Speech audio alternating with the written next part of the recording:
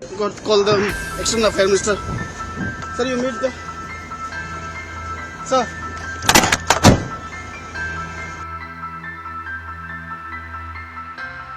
खालिस्तानी आतंकवादी हरदीप सिंह निज्जर की हत्या मामले को लेकर कनाडा और भारत के बीच तल्खी बढ़ती ही जा रही है। कनाडा ने भारत के एक टॉप डिप्लोमेट को देश छोड़कर जाने को कह दिया, तो भारत सरकार ने भी नई दिल्ली में तैनात कनाडा के उच्चायुक्त को तलब कर उनके एक टॉप डिप्लोमेट को भारत छोड़ने का फरमान सुना दिया। दरअसल कनाडा के प्रधानमंत्री जस्टिन ट्रूडो ने आरोप लगाया है कि सिख नेता की हत्या के पीछे भारत सरकार हो सकती है। हालांकि भारतीय विदेश मंत्रालय ने कनाडा के पीएम के इस बयान की कड़ी निंदा की है।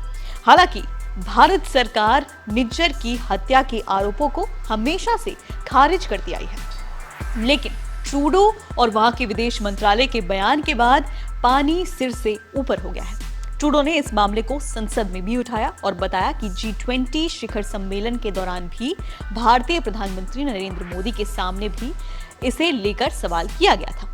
ट्रूडो के वापस लौटने के कुछ समय बाद ही कनाडाई वाणिज्य मंत्री मैरी एनजी के प्रवक्ता ने शुक्रवार को बताया कि कनाडा ने भारत से द्विपक्षीय मुक्त व्यापार समझौते पर बातचीत फिलहाल रोक दी है। पहले सुनिए ट्रूडो ने क्या कहा। Over the past number of weeks, Canadian security agencies have been actively pursuing credible allegations of a potential link between agents of the government of India and the killing of a Canadian citizen, Hardeep Singh Nijjar. जानते हैं कि कौन होते हैं diplomats? राजकीय यानी diplomats यानी विदेश सेवा के अफसर असल में दो देशों के बीच पुल का काम करते हैं। ये दूसरे देश में अपने देश के प्रतिनिधि होते हैं जो दो सरकारों के बीच बातचीत का जरिया बनते हैं। नेताओं की मीटिंग करवाने से लेकर किसी संधि के दौरान भी ये बड़े रोल निभाते हैं। साथ ही ये उस देश में बसे अपने नागरिकों की भी मदद करते हैं। उदाहरण के लिए मान लीजिए ब्रिटेन में रहते भारतीयों के साथ अगर कोई मसला होता है तो वो पहले वहाँ के उच्चायोग जाएगा, वहां से उसे डायरेक्ट किया जाएगा कि आगे क्या प्रोसेस है। अब जान लेते हैं कौन है हरदीप सिंह निज्जर जिसकी वजह से इतना बड़ा बवाल खड़ा हो गया है। दरअसल भारत सरकार की ओर से वांटेड आतंकी हरदीप सिंह निज्जर की इस साल 18 जून को हत्या कर दी गई थी। निज्जर को कनाडा के ब्रिटिश कोलंबिया में एक गुरुद्वारे के बाहर गोली मार दी गई थी। 2022 में पंजाब के जालंधर में एक हिंदू पुजारी की हत्या की साजिश रचने का आरोप लगने के बाद राष्ट्रीय जांच एजेंसी एनआईए ने निज्जर पर 10 लाख रुपए का इनाम घोषित किया हुआ था। वहीं दूसरी ओर कनाडा की विदेश मंत्री मेलेनी जोली ने बताया है कि कनाडा में भारतीय खुफिया प्रमुख को बाहर निकाल दिया गया है।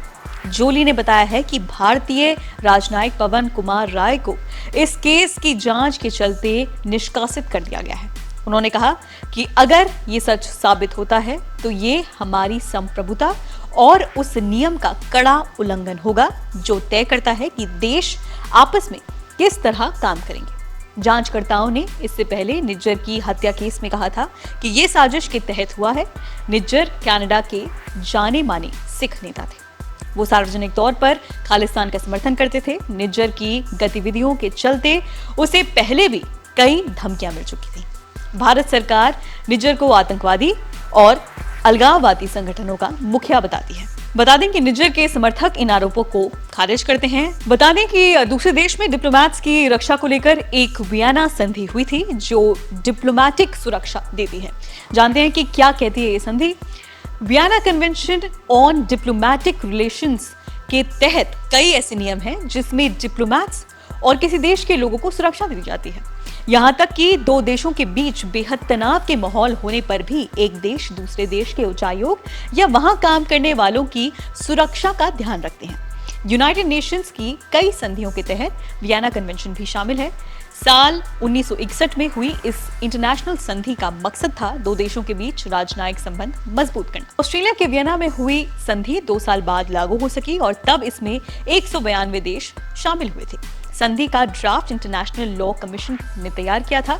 संधि के आर्टिकल 31 के तहत ब्रिटेन में अगर भारतीय उच्चायोग है तो उसकी सिक्योरिटी का पूरा जिम्मा ब्रिटिश सरकार का होगा।